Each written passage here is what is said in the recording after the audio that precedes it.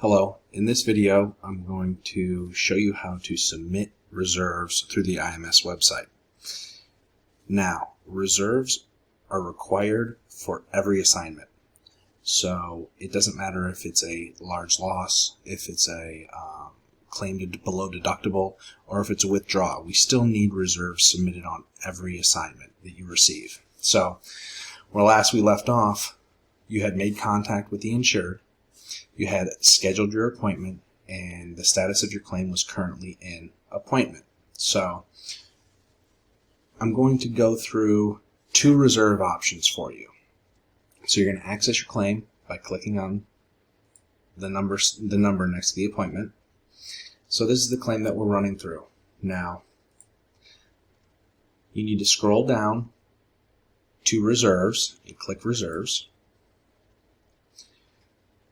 Now, reserves are due within 72 hours of their assignment. And I know that in some cases you'll not be able to perform that inspection within the 72-hour period. So in cases like this, we need you to submit a pending reserve or a reserve without inspection. Now, to do so, you click Edit Reserve. You're going to check Reserve Without Inspection, and then in the text box for coverage A, we need to document the date of the inspection, why the inspection is delayed, and that we're going to update our reserve upon inspection of the risk. So our inspections are scheduled for blank per the insured's request. It could be due to inclement weather. It could be due to the roofer's availability, any number of reasons, but we need to document the reason for the delay. And then you're going to hit Submit. Now, this maintains an appointment status because you have not yet inspected the risk. So at this point, we're going to assume that you did perform your inspection. You're going to go back down to the reserves. You're going to click Edit Reserves. You're going to uncheck your reserve without inspection. And you're going to enter your inspection date. Let's say we inspected the risk today. Now, for reserve reports, we need you to specifically address coverage A, B, C, and D. At least. Now, if there's any limited fungi damage or exposure, that's going to be addressed under Other. But at minimum, you're addressing coverage A, B, C, and D specifically. Now, when you document your dwelling damage, we are going to recap the cause of loss.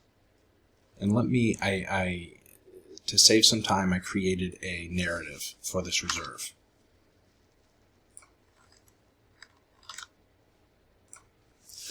Okay, so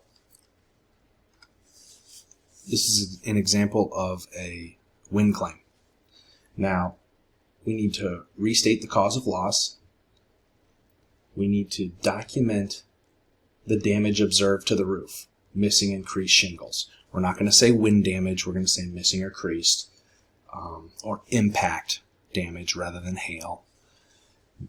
We're going to document the age of the roof, the pitch, and the materials used in the roof's construction. This is a 25-year 3-tab shingle. We also need to document the number of damaged shingles per slope. 10 to the north slope, 7 to the east slope, 6 to the south slope, and 9 to the west slope. They want us to document the percentage of the roof surface that is damaged. So in this case, approximately 30% of the roof surface area is damaged. We also need to determine the condition of the roof. So they want it done in above average, average, below average, and poor condition. Okay, so we're not, though we may have done a brittle test, we're not going to document the results of the brittle test. We're just going to simply say what the overall condition of the roof is. We document our exterior inspection, and if there's no exterior damage, say no exterior damage observed during our inspection. But we need to address it. We need to address the roof, the exterior, the interior, and the attic specifically. So in this case, there's water staining to the kitchen, master bathroom, and master closet.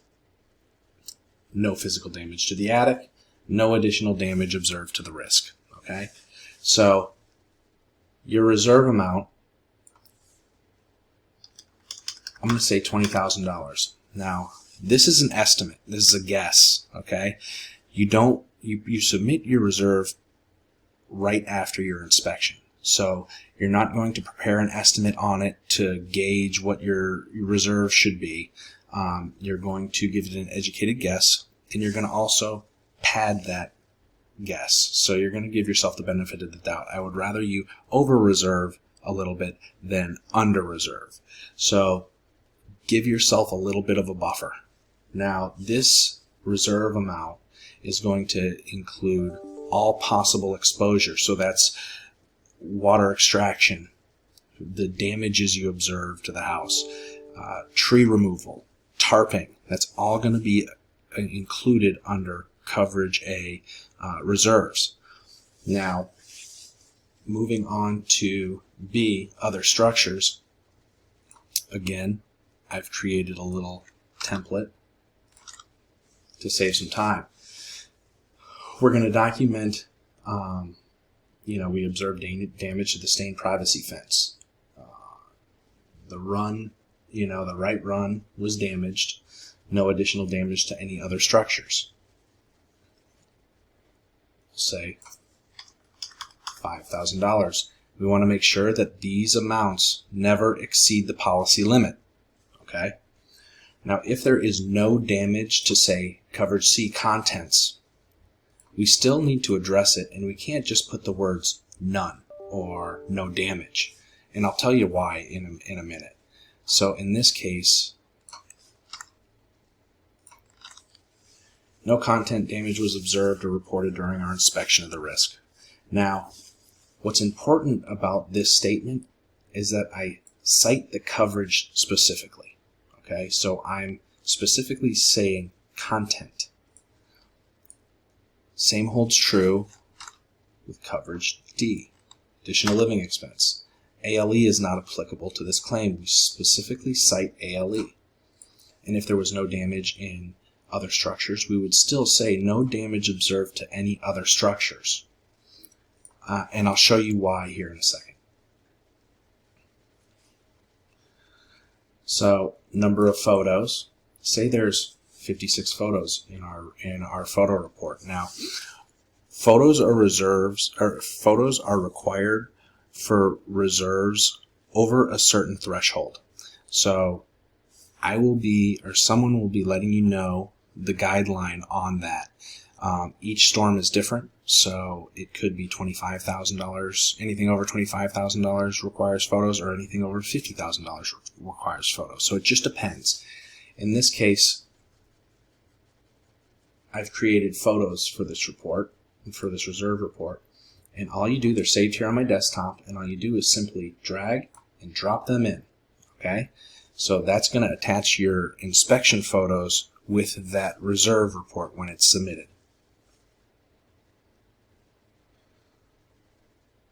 Now, I'm going to preview our document,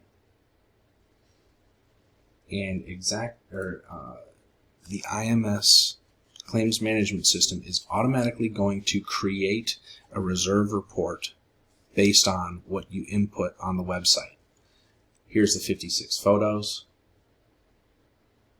and here's a basic rundown of what we just went over. Now, do you see where it says no content damage was observed?